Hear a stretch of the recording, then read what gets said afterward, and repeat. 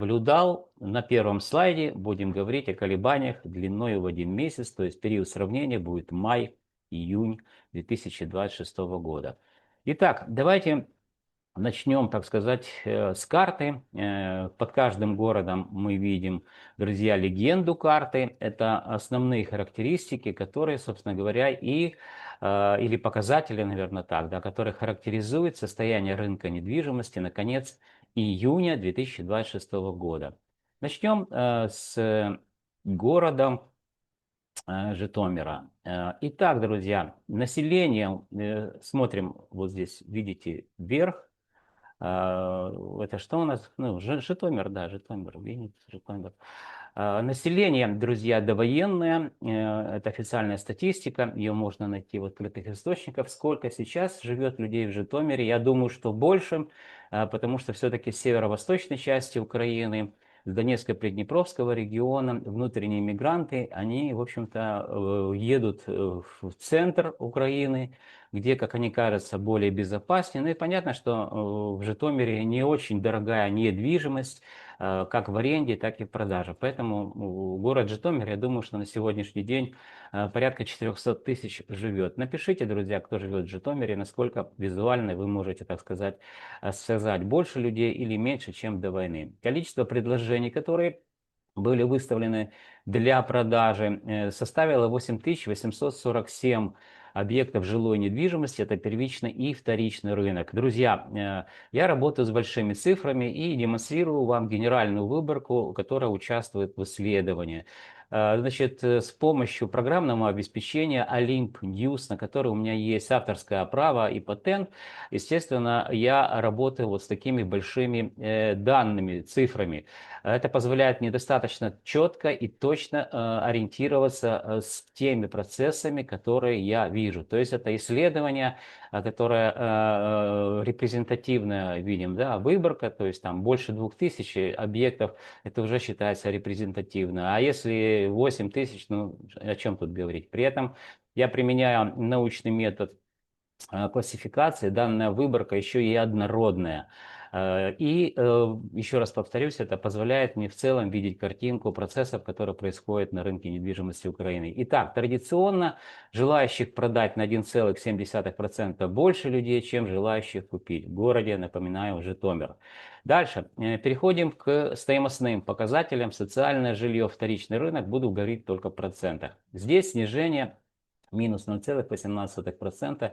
Друзья, абсолютно себя адекватно ведет рынок, хотя я так думаю, что людей больше стало жить в городе Житомир. Но еще раз, во время войны, друзья, ну, очень сложно себе представить людей, которые переезжают и покупают квартиры. То есть в лучшем случае они могут надеяться оплачивать аренду. Итак, эконом-комфорт, бизнес-класс, вторичный рынок. Здесь мы видим динамику роста плюс 0,67% за месяц. Переходя к первичному рынку, здесь мы видим динамику роста. Квартиры эконом-класса подорожали на 0,88%. Напомню вам, что первичный рынок, друзья, это квартиры, которые еще не сданы в эксплуатацию. И во время, так сказать, того, что происходит, войны, не факт, что эти квартиры вообще будут достроены. Это огромные риски для людей, которые пытаются что-то купить на первичном рынке. Ну, продать-то, понятно, люди хотят. Первичный рынок квартиры бизнес-класс подорожали на 0,59%. Переходим к городу Киеву, друзья. Город Киев, довоенное население почти 3 миллиона, 2 миллиона 950 тысяч. А сейчас я предполагаю, что где-то 3,5 миллиона живет. Я уже не живу в Киеве, но вот так сказать, по ощущениям, 9 месяцев назад я уезжал с Киева, тогда уже население было больше, это и по машинам видно, и по людям, и общественный транспорт. Ну, то есть визуально можно увидеть, что людей стало больше, чем было до войны. Количество предложений 66 900 объектов жилой недвижимости на первичном и вторичном рынке было выставлено для продажи. Напомню вам, это июнь месяц. что традиционно на 0,6 больше, процента больше, чем это было в мае месяце. Переходя к стоимостным показателям, видим, что социальное жилье, это вторичный рынок, подорожало на 0,19% за месяц. Город Киев опять стал показывать динамику роста. То есть с января месяца мы видели по май снижение, вот теперь опять колебательные процессы, так сказать, вот эти весы, да, качнулись или качели, как удобнее там называть в простонародье, качнулись в сторону повышения стоимости на 0,19%. Вторичный рынок эконом-комфорт бизнес-класс вырос на 0,14% за месяц. Первичный рынок эконом-класс, друзья, это квартиры не сданные в эксплуатацию. Вот здесь, наоборот, мы видим снижение минус 0,12%. Первичный рынок комфорт бизнес-класс подешевел также на 0,12%. Ну и первичный рынок элитный класс подешевел на 0,07%. Друзья, давайте очень кратко попытаюсь вам рассказать, чем отличается первичный рынок от вторичного. Ну, вторичные это квартиры, которые эксплуатируются, в них можно заехать. Вторичный рынок также продается, друзья, за доллары или за евро. В договоре купли-продажи, естественно, пишется цифра, которая соответствует гривне, привязанная к курсу. А вот на самом деле люди передают друг другу деньги, это доллары или евро. Это кто бы из юристов в последнее время очень модно, они любят говорить, что там как надо правильно рассчитываться. Друзья, вы, наверное, не покупали квартир, поэтому говорите абсолютные глупости. Приходят люди с чемоданчиком денег или с кулечком денег и передают друг другу у нотариуса, проверяют это все. Нотариус, естественно, при сделке не присутствует, находится в другой комнате.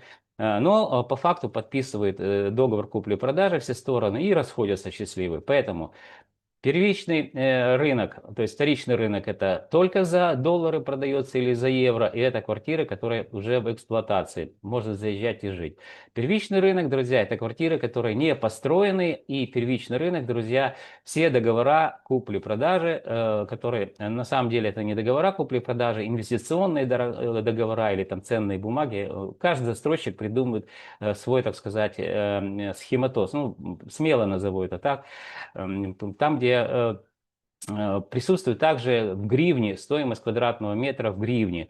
И, естественно, люди в кассу платят уже гривни. Вы можете доллары поменять на гривну и гривну занести в кассу застройщика и, в общем-то, получить чек, что вы заплатили там за какую-то одну часть или полностью проплатили деньги за будущие квадратные метры.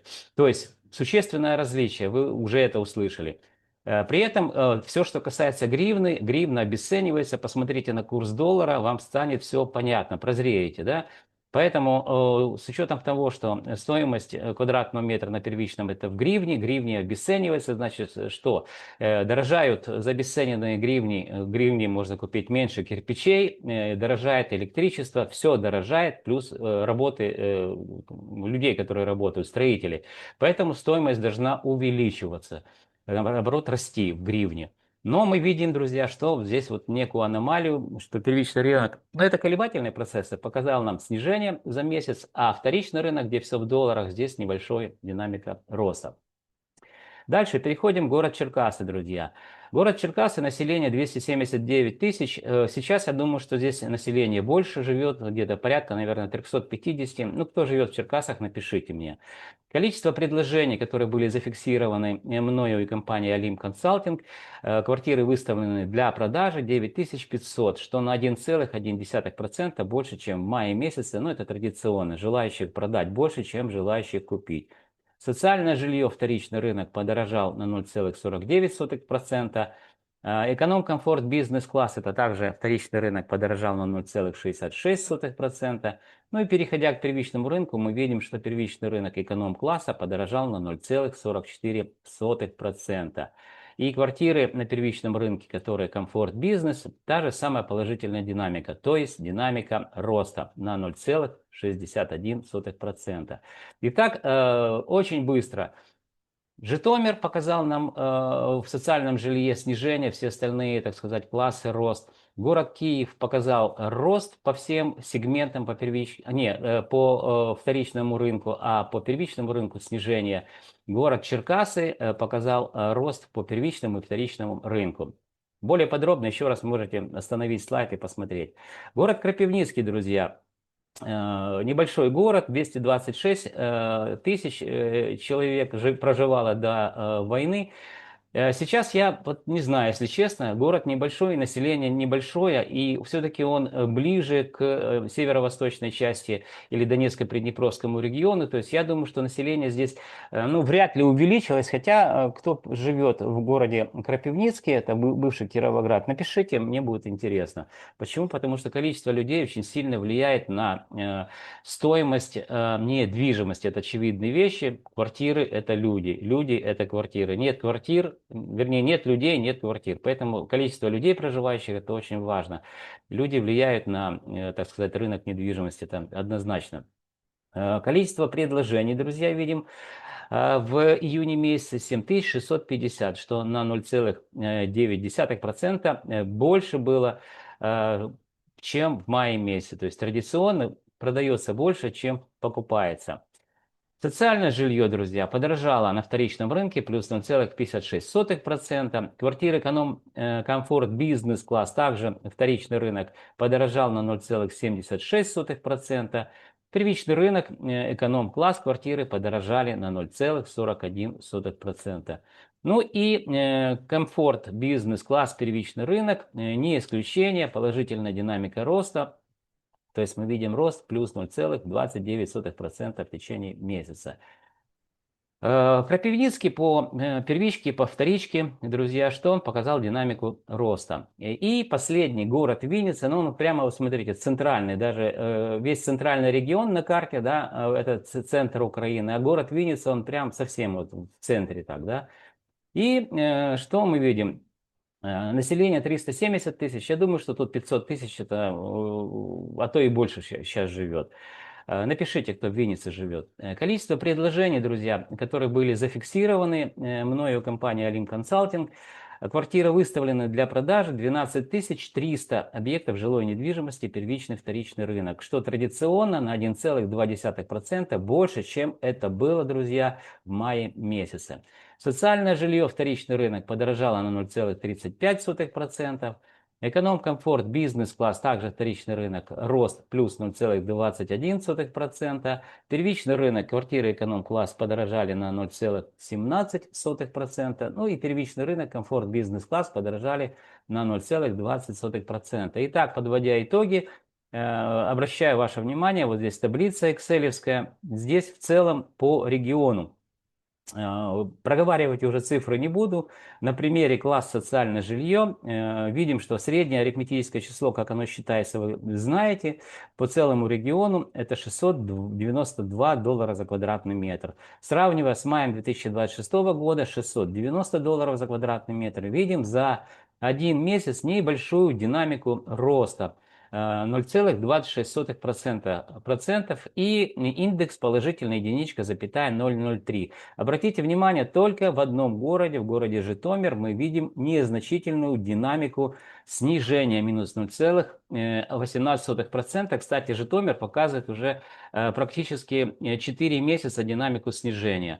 И город Киев, друзья, показывал динамику снижения, и город Винница показывал, но в ближайшие 2 месяца, вот эти, которые у нас май-июнь, там колебательные процессы вверх пошли, но в целом мы видим, в общем-то, везде присутствует положительная динамика. Последний слайд.